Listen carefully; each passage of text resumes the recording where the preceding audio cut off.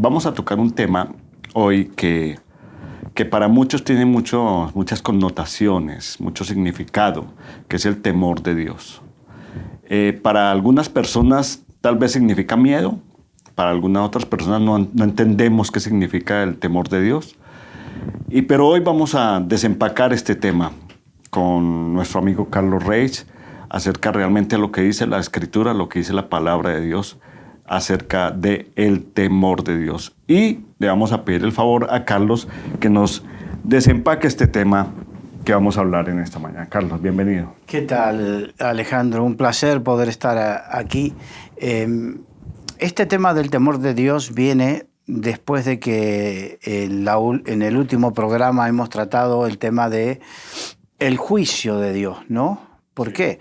Porque yo creo que un tema va junto con el otro, de manera que podamos entender y comprender que Dios nos va a juzgar a todos. Y me voy a tomar unos minutos para de esta manera contestar a gente que ha escrito en las redes sociales y hacer una salvedad. Es verdad que Dios juzga de diferente manera al pueblo de Dios que a los que no son pueblo de Dios. Nos va a juzgar de diferente manera, pero sí tenemos que tener en cuenta y tener bien en claro que todos pasaremos por el juicio de Dios. Sí. Es diferente, ¿no? Es diferente. Pero una de las cosas que se pierde cuando no hay conciencia del temor de Dios es precisamente por causa de, no, a mí no me va a juzgar nadie. Entonces, complicado. Ahora, haciendo esa salvedad, convengamos que el temor de Dios no es para los creyentes, no es miedo. No es miedo, exacto. No es miedo. Para los creyentes. Otra cosa, los no creyentes. Pero para los creyentes lo podríamos definir bíblicamente como un sentimiento de reverencia y admiración. Por lo tanto, la obediencia no es por obligación, sino que es por ese sentimiento. Y, por ejemplo, librarme del pecado, ese sentimiento me ayuda a escapar del pecado, me ayuda a tener esa relación. Y todo esto lo vamos a ir viendo a través de los textos bíblicos, ¿no? Pero convengamos que el temor de Dios es bueno. Claro, es un temor reverente, reverencia. Un temor reverente, no pavor, no miedo. Los que tienen que tener miedo y pavor de Dios son aquellos rebeldes y contumaces que no quieren aceptar el favor de Dios. Así es. Eso sí, pero los hijos de Dios tenemos que tener, los verdaderos hijos de Dios, ¿no? Porque hay algo que hay gente que se considera hijo de Dios o que en algún momento fueron hijos de Dios, pero que su comportamiento dista mucho. Ese es otro tema, ¿no? Ese es otro tema, pero bueno. Es otro tema. Los hijos de Dios que todos, o sea, se generaliza que todos somos hijos de Dios y ese es un tema que hay que tratar, ¿no?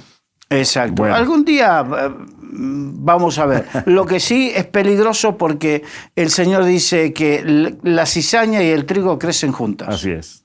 Y que solamente el Señor tiene la capacidad y la autoridad para dictaminar quién es cizaña y quién es trigo. Así es. Es un tema muy peligroso. Pero también dice que por sus frutos los conoceréis.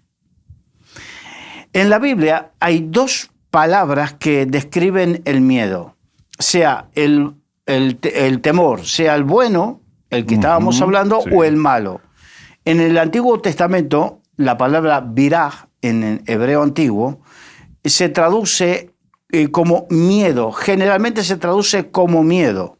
Y en el Nuevo Testamento, la palabra phobos, de ahí viene fobia, la palabra fobia y todas sus acepciones, de la cual se deriva esta palabra, es un temor extremo o irracional a algo en particular. Entonces, pero verdaderamente el concepto de temor de Dios no tiene que ver con fobia. No, imagínate, no. Vamos a Hebreos, capítulo 12, versículos 28 y 29. Hebreos 12, del 28 al 29. Así que, recibiendo nosotros un reino inconmovible. O sea, vamos por parte. Nosotros recibimos el reino. ¿Qué reino? Estamos en España y la denominación es Reino de España. ¿Recibimos el reino de España? Para nada. No estamos hablando de eso. Porque ese reino es conmovible, no es para siempre. El que recibimos es completamente inconmovible. Estamos hablando del reino de los cielos. Cuando Jesucristo vino, dijo, el reino de los cielos se ha acercado. Y cuando envió a los discípulos, id y predicad que el reino de los cielos. Entonces estamos hablando del reino de los cielos. Es un reino inconmovible. Tengamos gratitud. O sea, recibiendo nosotros un reino inconmovible, tengamos gratitud. O sea que verdaderamente cuando tenemos esa conciencia genuina de que somos ciudadanos del reino de los cielos, no puede surgir otro sentimiento que no sea la gratitud. Y mediante ella... Sí, espera. ¿Sabes que en España hay un dicho que me encanta que dice, de bien nacido es ser agradecido. Mira. O sea que aquel que verdaderamente nació correctamente en el reino de Dios, como dice la Biblia, del agua y del Espíritu, sí, nació del agua y del Espíritu, verdaderamente tiene que ser agradecido. No hay otra cosa. Por naturaleza. Por naturaleza. Claro. Y un corazón agradecido es un corazón que se va a librar de quejas, se va a librar de un montón de cosas. Y verdaderamente quisiera saber, y sería bueno, perdone, me expresé mal, no es que quisiera saber, porque yo no soy cotilla, no tengo intención de averiguar cómo está tu vida. Simplemente quiero decirte que un buen análisis de cómo está tu vida, un buen termómetro de cómo está tu vida, eres agradecido a Dios. Porque muchas veces pensamos que abrimos los ojos y que vamos a abrirlos mañana. ¿Y quién te garantiza que tienes el día de mañana comprado? Así es. Dale gracias a Dios. En 1 Tesalonicenses 5:16 dice, dad gracias a Dios en todo y por todo, porque esta es la buena voluntad del Padre para con vosotros en Cristo Jesús. Tenemos que aprender a ser agradecidos. Antes estábamos muertos en nuestros delitos y pecados, siguiendo la corriente de este mundo. Antes estábamos esclavos del reino de las tinieblas. Ahora fuimos trasladados al reino de la luz, al reino de su Hijo, y nos fue dado el reino. Tenemos motivos más que suficientes para dar gracias a Dios cada día de nuestra vida. Que ya no pertenecemos a este mundo. Claro. Y aparte de una cosa, mira, Alejandro, tú y yo, por la gracia de Dios, hoy abrimos los ojos. Por la gracia de Dios. Miles y miles de personas no abrieron los ojos. Así es. No están ya con nosotros. Y así con todos los que nos ven y nos oyen. ¿No es motivo ya para dar gracias a Dios? Nuestros pecados fueron perdonados. Fuimos adoptados, antes éramos enemigos por naturaleza, enemigos de Dios. Ahora somos hechos hijos de Dios y si hijos también herederos. No es motivo más que suficiente para estar agradecidos. Hasta las oraciones deben ir acompañadas con acción de gracias. Con acción de gracias. Entonces, dice, así que recibiendo nosotros un reino inconmovible, tengamos gratitud y mediante ella... mediante la gratitud, sirvamos a Dios agradándole con temor y reverencia. O sea que si soy agradecido y entiendo lo que significa el reino, suceden dos cosas. Tengo que servir a Dios. Me es imposible. Ayer estaba predicando de esto en una iglesia y decía al pastor de la iglesia, seguramente los jóvenes de la iglesia, la gente de la iglesia estará todo el día atormentándote, pastor, diciéndote, ¿en qué puedo ser útil? ¿En qué puedo ayudarte? Y seguramente que cuando tú buscas a alguien para hacer algo, no se están escurriendo sí, como las cucarachas cuando enciendes la luz de una habitación. Seguramente no ocurre eso. O no, seguramente no. Seguramente estarás... Un corazón verdaderamente agradecido es un corazón y que entendió el valor del reino. Es un corazón que, aunque no tengas estudios teológicos, aunque no tengas nada, tienes un corazón agradecido y querrás servir. Servir. Nace servir. No te tienen que obligar. Nace servir. Agradándole, sirvamos a Dios agradándole con temor y reverencia, porque nuestro Dios es fuego consumidor. Entonces, y la otra cosa que surge cuando entendemos el reino de los cielos es el temor de Dios. Yo sirvo no porque me obligan, no porque me siento obligado, sirvo por amor, por agradecimiento. Hace pocos días hablábamos de lo que significaba ser esclavo por amor. Sí. Entonces, precisamente cuando somos esclavos por amor a Jesucristo, entonces cuando entendemos el reino de los cielos, que somos esclavos por amor, el temor de Dios surge inevitablemente. Inevitablemente, la reverencia a Dios, el querer agradar a Dios. Entonces, ¿cómo te puedo decir? No es que algo me obliga, no es que alguien me obliga. Yo me acuerdo que me decían, cuando yo conocí al Señor tenía el cabello largo casi por la mitad de la espalda, venía del mundo de un montón de cosas, el rock and roll y todo eso. Y entonces la gente me decía, pero vas a la iglesia y te obligan a esto. Te van a prohibir. A mí nadie me prohibió nada, nadie me obligó a nada. Nadie. Con el tiempo fui entendiendo, esto agrada a Dios. Exacto. Entonces, fui cambiando las cosas por convicción de agradar a Dios, no agradar al hombre. No por temor de lo que me diga el pastor o lo que me diga la congregación. Lo hice por amor a Dios y en plena convicción de que esto agrada a Dios. Nada más. Que el Espíritu Santo es el que convence. No Exacto. Así es. Entonces, Proverbios 1:7. El principio de la sabiduría es el temor de Jehová. Los insensatos desprecian la sabiduría y la enseñanza. Hay algo que me enseñó mi pastor, te estoy hablando hace muchos, 20, 30, 35 años atrás. Me enseñó esto. Sabiduría no es acumulación de conocimiento. La sabiduría es el don, la capacidad de aplicar correctamente ese conocimiento. Así es. Y de tomar la dirección correcta, tomar la decisión correcta en la circunstancia que se me presente. Entonces, uno comienza a tomar correctas decisiones en su vida cuando comienza a tener temor de Jehová. Hasta que no tengas temor de Jehová, no tendrás la oportunidad de tomar correctas decisiones en forma continua. Podrás acertar en algunas, en otras no, pero verdaderamente cuando uno tiene ese temor de Dios significa, Señor, tengo que decidir con quién casarme, lo voy a elegir conforme a tu sabiduría y no conforme a la mía.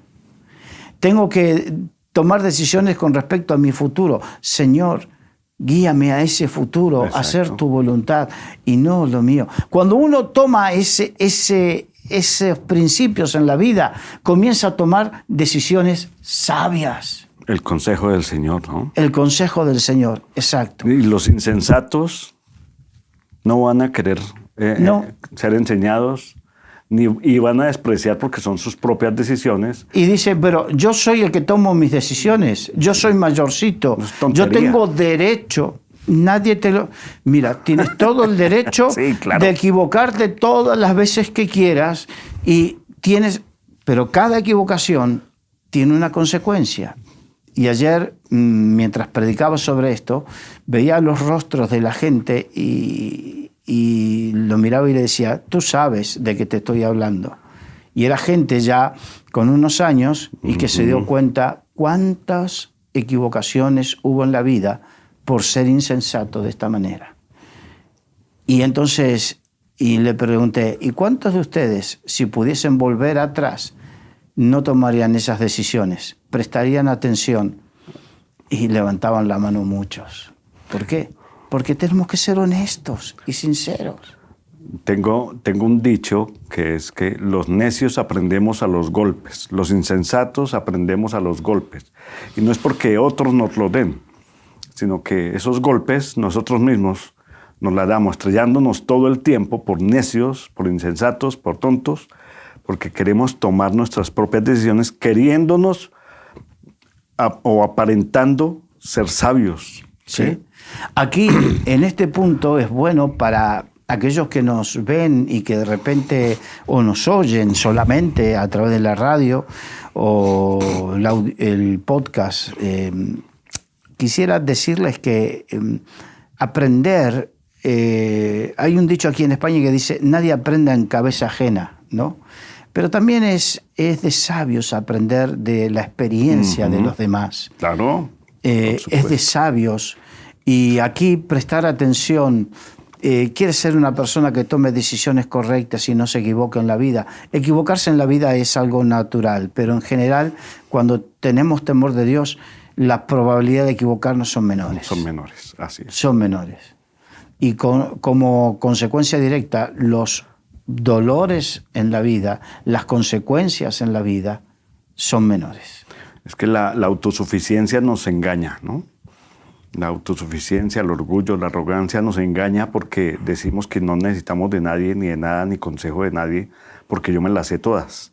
Pero por eso dice, mira, y quizás nos estamos extendiendo un poquito, dice, no un neófito, cuando tienen que elegir a alguien para servir al Señor, específicamente, no un neófito, no sea que caiga en la condenación del diablo. ¿Y cuál fue? Un neófito es alguien sin experiencia. Inexperto, sí. Inexperto. ¿Y cuál es la condenación del diablo? El orgullo. Porque el diablo nunca, no fue siempre diablo. Al principio fue un querubín hermoso, el primado, el que se encargaba de la alabanza y la adoración en el reino, tenía un puesto de excelencia, pero se halló orgullo en él y quiso ser como Dios y quiso poner su trono de igualdad al de Dios. Exacto. Y entonces la condenación del diablo es que la inexperiencia, es que el ser neófito nos puede hacer caer en el orgullo de decir, no necesito de nadie. Así es. No necesito el consejo, no necesito esto. No. Entonces, eso nos hace ser vulnerables a caer. Exactamente. Ahora, vamos a Isaías capítulo 11, versículo 1 al 3. Isaías 11, del 1 al 3. Saldrá una vara del tronco de Isaí, y un vástago retoñará de sus raíces, y reposará sobre él el espíritu de Jehová, espíritu de sabiduría y de inteligencia, espíritu de consejo y de poder, espíritu de conocimiento y de temor de Jehová. El temor de Jehová es un don, un regalo que Él nos hace. No podemos tener temor de Dios por nosotros mismos. Y aquí está hablando proféticamente de Jesucristo, sí. Es una profecía mesiánica, y proféticamente Jesucristo iba a traer con Él, entre otras cosas, el temor de Jehová. Así que para que nos demos cuenta que tan importante es el temor de Dios y que venía cuando verdaderamente creemos en Él, cuando verdaderamente le recibimos a Él en el corazón, recibimos el espíritu de sabiduría y de inteligencia, de consejo, de poder, de conocimiento. Y de temor. Y también de temor de Dios. Uh-huh. Así que viene en el paquete. Sí. O como se dice, viene en el combo. Así es, viene ese y poder entender que es intrínseco, que recibimos al Espíritu Santo y con el Espíritu Santo viene eso. O sea, tenemos que tener el Espíritu Santo. No puedo decir soy lleno del Espíritu Santo, no puedo afirmar que soy lleno del Espíritu Santo y que no se manifieste el temor de Dios en mi vida. Evidentemente. Es imposible. Filipenses capítulo 2, versículos 12 y 13. Por tanto, amados míos, como siempre habéis obedecido, no como en mi presencia solamente, sino mucho más ahora en mi ausencia, Ocupaos en vuestra salvación con temor y temblor, porque Dios es el que en vosotros produce así el querer como el hacer por su buena voluntad. Dios produce el querer como el hacer, y entre esas cosas es el temor de Dios. Y el temor de Dios nos lleva a ocuparnos de nuestra salvación. Exacto. Entonces Dios es lo que produce. Y ahora, y hay algo importante aquí. El apóstol Pablo le dice, no solamente cuando yo estoy, porque el temor de Dios no es hipócrita. El verdadero temor de Dios no es hipócrita. O sea que lo manifiesto cuando me ven, para hacerme ver por los demás. Cuando estoy en la congregación, cuando me ve el pastor, cuando me ven los hermanos. No. El temor de Dios se manifiesta principalmente en lo privado, cuando nadie te ve. Claro. Pero sí tienes conciencia que los ojos de Dios te ven. La conciencia de que Él está ahí, sí. Exacto. Y eso de temor y temblor, es decir, ese temblor, ¿sí?, de no quererle fallar a Él, ¿no? No es el temblor del miedo, sino de no querer fallarle. Exacto. De desagradarle. Yo lo ejemplificaba ayer mientras predicaba y estaba mi esposa y entonces decía, yo si amo a mi esposa, evidentemente busco agradarle y no hacer las cosas que le dañan, que la desagradan. Exactamente. ¿Pero por qué? Porque eso es lo que me lleva al amor. Eso es lo que me lleva el amor hacia ella. No es que dejo de hacerlo porque me tiene harto. No. Yo a veces en las redes sociales ves chistes de matrimonios, de peleas de matrimonio, cosas así, pero bueno, son chistes. Pero la realidad es que yo no puedo estar pensando que me es un incordio, no, porque no, el amor no es así. El amor es sacrificial, el amor es entrega, el amor es...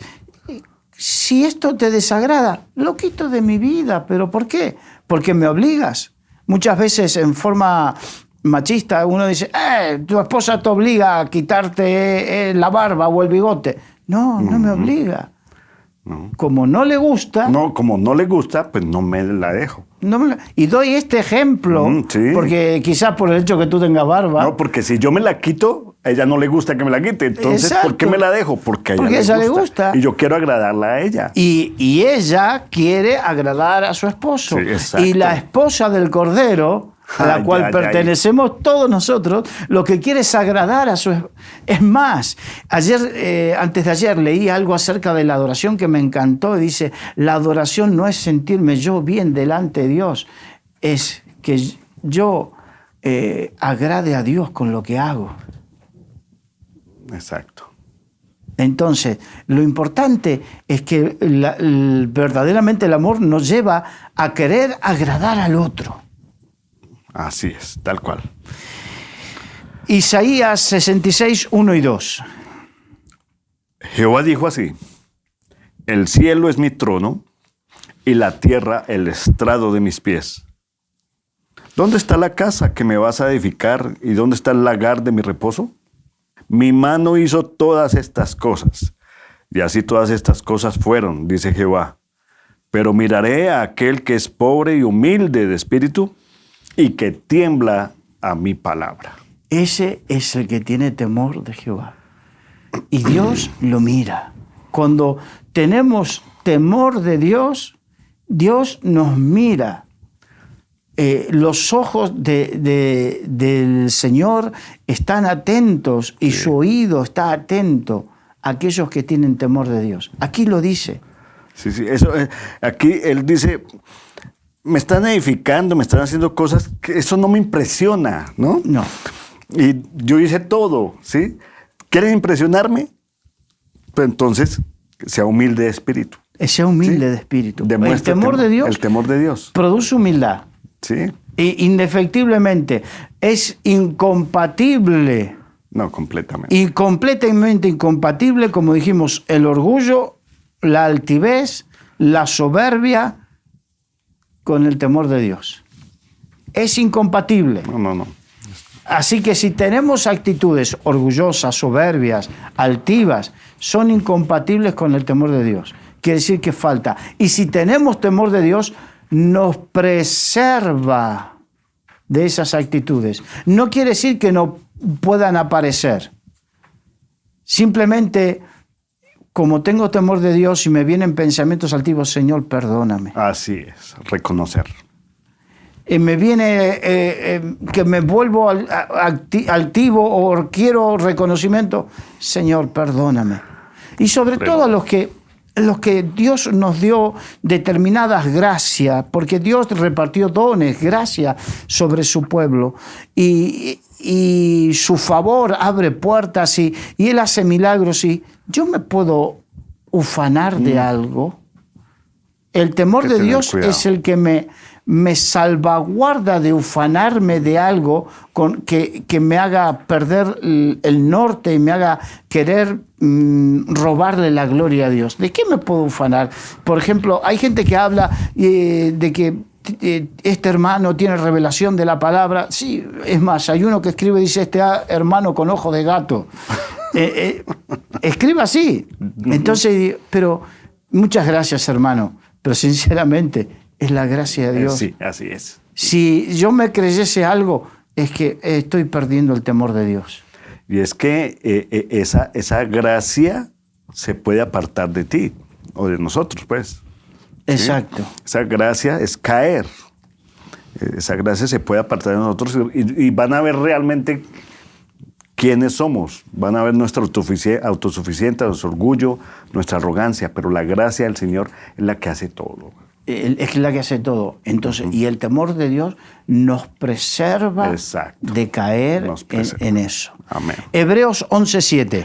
Por la fe Noé, cuando fue advertido por Dios acerca de cosas que aún no se veían, con temor preparó el arca en que su casa se salvase.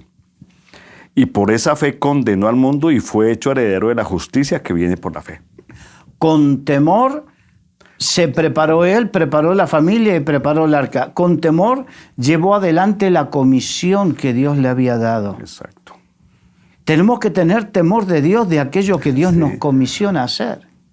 Por eso es importante que cada uno tenga claro cuál es el ministerio al cual Dios le dio. Porque tener temor de Dios, de no querer tener el ministerio igual al del otro porque tener el reconocimiento o la prosperidad o lo que tiene el otro. No, necesito tener temor de Dios y Señor, tú me llamaste a servir y me llamaste a hacer determinada cosa. Yo quiero hacer lo que tú quieres, no lo que...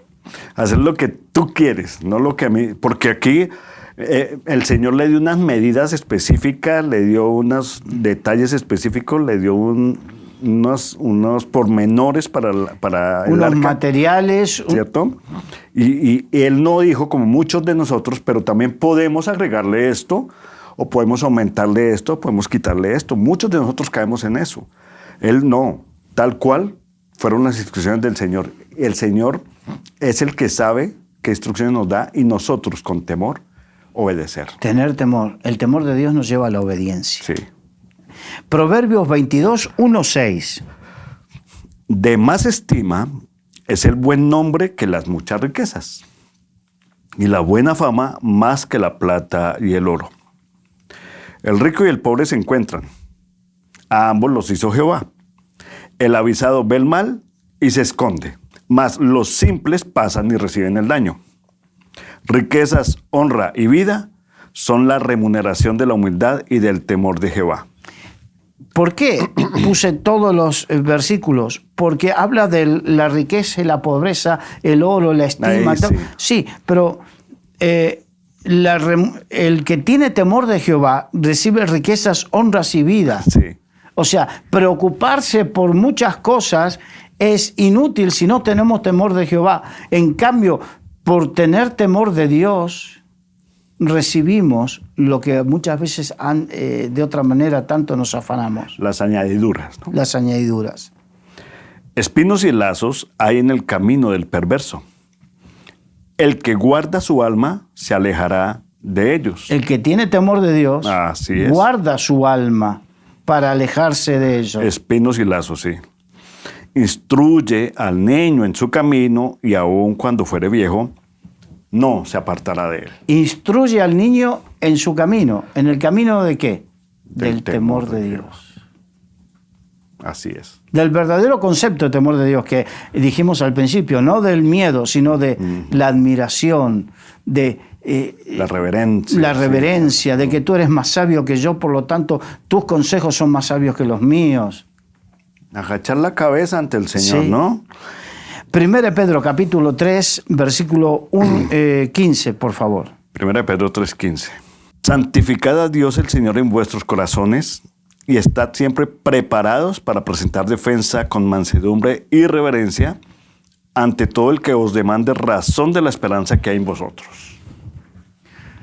O sea, que el temor de Dios nos lleva no a ocultar la verdad ni mimetizarnos con el mundo, Sí. sino que cuando se nos demande razón de por qué hacemos lo que hacemos o por qué no hacemos lo que no hacemos, explicarlo Con mansedumbre. con mansedumbre, que es el temor de Dios. Entonces, es un poco lo que a mí me pasó cuando apenas entré en el camino del Señor. Me invitaban mis amigos y me decían, y claro, antes de participar en lo mismo que ellos y beber cerveza como ellos, como si no hubiese un mañana, en la misma reunión que ellos, ya no participar en las malas conversaciones y beberme un refresco en vez de una cerveza o cosas así. Y ellos me decían, ¿qué? ¿No te dejan? Si ahora tu pastor no te ve. No, yo no lo hago lo hago por Dios, por mí, porque entendí. Entonces, di razones de por qué una cosa sí y otra cosa no. Razones. Y estar siempre preparado porque siempre vamos a tener que dar esos argumentos con mansedumbre, ¿no? Exacto. Segunda Corintios, capítulo 5, versículos 9 al 11. Por tanto, procuramos también, o ausentes o presentes, serle agradables.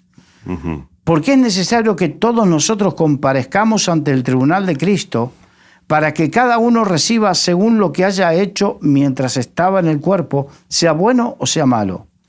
Conociendo pues el temor del Señor, aquí estamos viendo de lo que hablamos el programa anterior acerca de rendir cuenta delante de Dios, ¿no? Comparecer ante el tribunal de Cristo. Y teniendo en cuenta eso, pues el temor del Señor persuadimos a los hombres. O sea, el temor del Señor nos lleva a persuadir a otros. Sí. Lo que agrada a Dios es que persuadamos a otros a creer en el Señor. Es que demos testimonio a otros. Cuán hermosos son sobre los montes los pies de los que anuncian el Evangelio de la paz. Así es. Y aquí viví una experiencia yo en el año 96, 97, por ahí. El Señor me llevó un tiempo a la ciudad de Vancouver, en Canadá. Y me acuerdo que estaba en una iglesia predicando, iba a predicar en una iglesia, y había un hermano con una bendición de voz, cantando las alabanzas. Y yo, sinceramente, soy una persona que yo toco el timbre y desafino. Okay. Cuando canto, los demonios dicen, ¿por qué vienes a atormentarme antes de tiempo? Okay. Entonces, y esta gente cantaba y tocaba los instrumentos de una manera maravillosa. Y entonces me quejé en ese momento en mi corazón delante de Dios porque a mí no me había dado la gracia de eso. Entonces me vino ese versículo a mi mente, a mi corazón, y el Espíritu Santo me hizo entender que no hay creyente, no hay congregación, no hay iglesia que pueda servir, cantar, con toda la excelencia que quieras, que termine agradando a Dios, si dentro de todo lo que hace no está el predicar el Evangelio. Exacto. No. Sería una actividad eclesiástica más, ¿verdad? Que entonces entendí que preocuparse en tener lo mejor de la iglesia, el mejor edificio, la mejor decoración, los mejores instrumentos, la mejor alabanza, la mejor teología, la doctrina más sana posible, tener los mejores estudios bíblicos, la mejor escuela dominical, todo es bueno y maravilloso, siempre y cuando la prioridad de esa iglesia sea ganar almas. Claro. Si no, no. Vayan y prediquen el evangelio. Esa es la misión de cualquier iglesia, ¿no? Y el temor de Dios, o sea, si quiero agradar a Dios en forma reverente, tengo que vivir predicando el evangelio de Jesucristo, dando testimonio del evangelio. Eso es lo que aprendí. Eso es, así es. Salmo 111:10. El principio de la sabiduría es el temor de Jehová. Sí. Algo parecido a lo que dice el Proverbios. en el Proverbio. Sí. Buen entendimiento tienen todos los que practican sus mandamientos. Su loor permanece para siempre. O sea, Dios, cuando hay temor de Dios, el Espíritu Santo nos abre el entendimiento. Eso es algo maravilloso. Por eso la sabiduría, ¿no? Sí. Porque el principio de la sabiduría es el temor de Dios. El temor de Dios abre el entendimiento. De ahí podemos tomar esas sabias decisiones de las que tú te referías al comienzo. ¿Por qué? Porque es el Señor el que da el buen consejo. Entonces, aquellos que no tienen mucho entendimiento de la palabra de Dios, quiero decirle, ora y le dile, Señor, quiero tener temor de ti. Y ese temor de ti hará que poco a poco se vaya abriendo el entendimiento. Así es. ¿Tienes ahí el Salmo? Salmo 27, del 1 al 3. Léelo, por favor. Jehová es mi luz y mi salvación. ¿De quién temeré?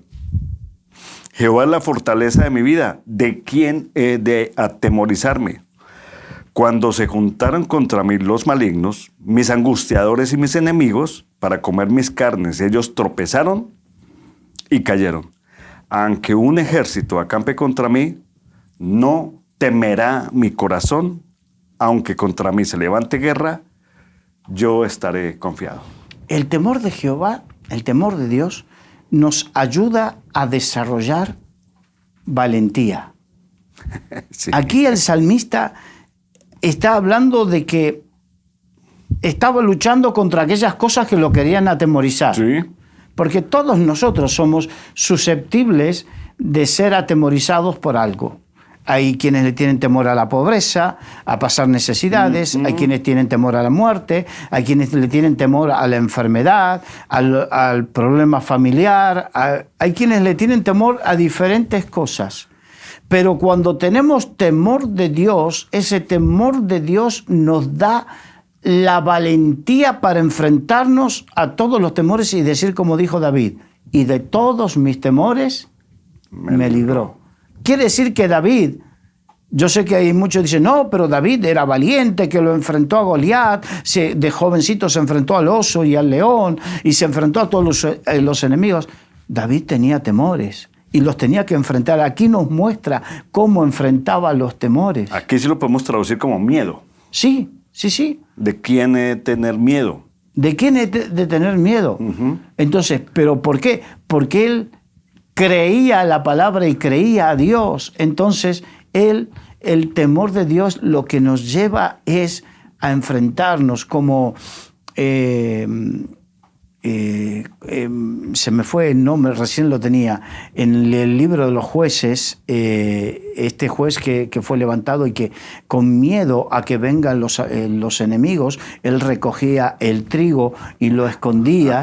Gedeón. Gedeón no era un valiente.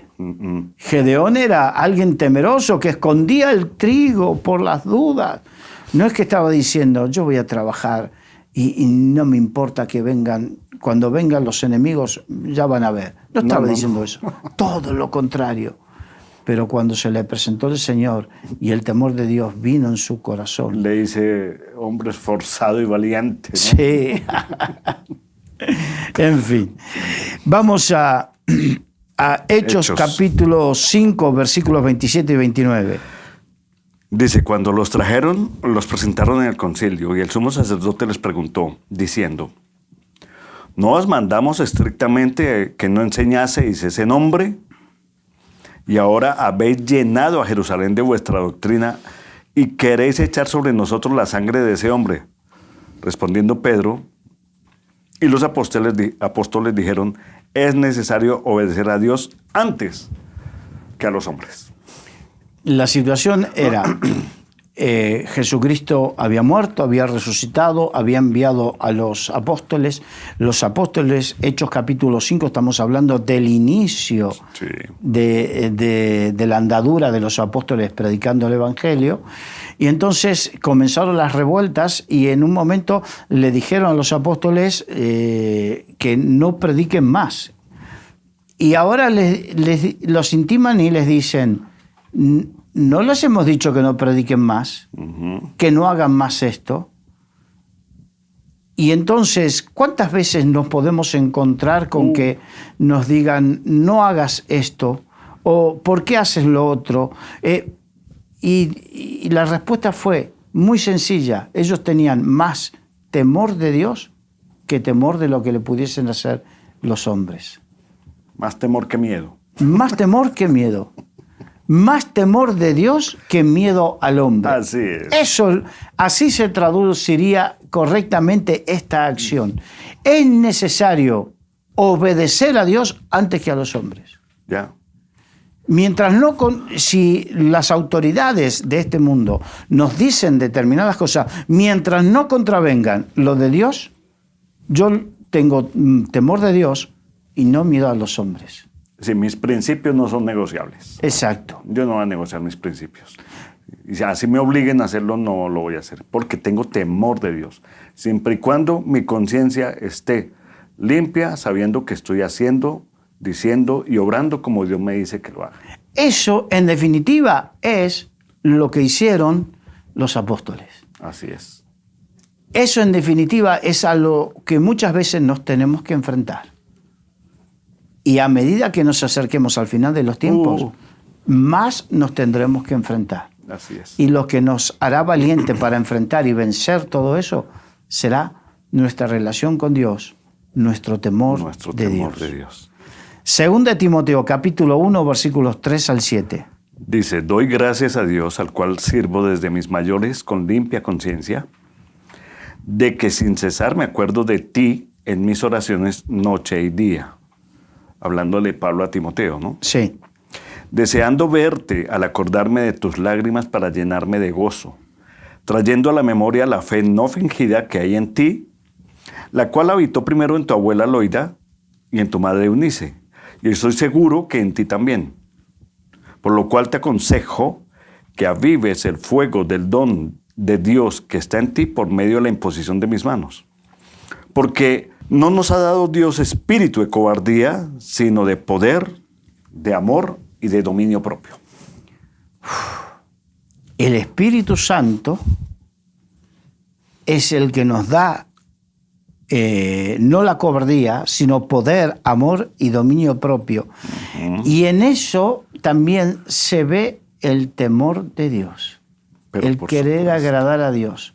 Y vemos que el temor de Dios hace que se transmita ese espíritu de temor de Dios desde la abuela, la madre y él, Timoteo. Sí. Cuando hay temor de Dios, se transmite ese temor de Dios, da buena enseñanza, da buen testimonio, da buen ejemplo. Lo leímos en Proverbios, ¿no? Instruye al niño en su camino. Sí. Enseñarle el temor de Dios. Y esto es lo que el testimonio de Timoteo también. Claro, aquí. Pero ahí hablaba de la enseñanza. Sí. Hay muchos que enseñan, pero no viven. Dicen, el cura predica, pero no aplica, ¿no? Entonces, aquí está al contrario. Aquí dice, habla de vivir y dar testimonio y enseñar, testimoniar de lo que se vive. Claro. claro. Dar ese ejemplo de temor de Dios. Es que... Claro, hay un ejemplo un poco grosero, pero que lamentablemente sucede. Que un niño cristiano, llaman a la puerta y... ¿Está tu padre que necesito venir a cobrar el dinero? No, dice que no está. que no está, sí. Entonces... Y es un predicador de la iglesia. Entonces... Ahí estamos en esa incongruencia que le crea un conflicto de fe a ese niño. Claro, y los niños que son unas esponjas, ¿no? Claro, le crea un conflicto de fe. En cambio aquí, el temor de Dios se manifestó en la abuela, en la hija, y eso hace que tengamos a Timoteo sirviendo al Señor. Eso es integridad. Integridad. Proverbios 8:13. El temor de Jehová es aborrecer el mal, la soberbia y la arrogancia, el mal camino y la boca perversa, aborrezco, dice el Señor. O sea, el temor de Dios lo que nos hace es que nos aleja nuestro corazón de las cosas que desagradan a Dios. Exacto. Aborrecemos lo mismo que aborrece el Señor. Exacto. Comenzamos a tener haya en vosotros el mismo sentir que hubo en Cristo Jesús. Así es. Entonces, el temor de Dios nos lleva a tener ese mismo sentir hacia lo bueno, como por ejemplo decíamos de predicar el Evangelio, el amor por los perdidos, sí.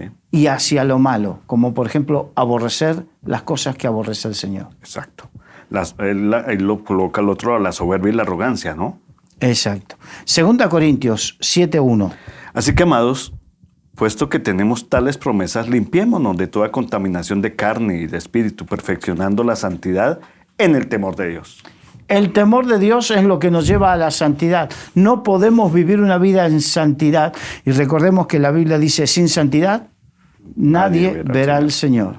Y cuidado, que creo que era Levítico, o no me acuerdo dónde dice, santidad... dice santidad a Jehová, que llevaban, ¿no? Sí, lo llevan en la frente. Pero fíjate que llevaban en la frente santidad a Jehová, pero en la frente se va a llevar también la marca de la bestia. Sí. O una u otra marca se llevará. Ya. Ay. Pero bueno, lo importante es que... es una decisión, ¿no? Es una decisión. Aquí lo podemos apreciar. Limpiémonos. O sea, decide limpiarte y perfecciona la santidad y el temor de Dios. Vamos, Éxodo 18:21. Además, escoge tú de entre todo el pueblo varones de virtud, temerosos de Dios, varones de verdad, que aborrezcan la avaricia y ponlos sobre el pueblo por jefes de millares, de centenas, de 50 y de 10. Eso es cuando... Moisés estaba abrumado por el trabajo y recibió de parte de su suegro Yetro un consejo de cómo organizar delegar, lo que famoso se llama delegar. Aprende a delegar, ¿no? En liderazgo que te dice, tienes que aprender a delegar. Bien, pero ¿a delegar en quién? En varones de virtud temerosos de Dios. Las características es que tiene que tener temor de Dios. Y alguien que tiene temor de Dios va a estar lejos de la avaricia. Que aborrezcan la avaricia. Va a aborrecer la avaricia.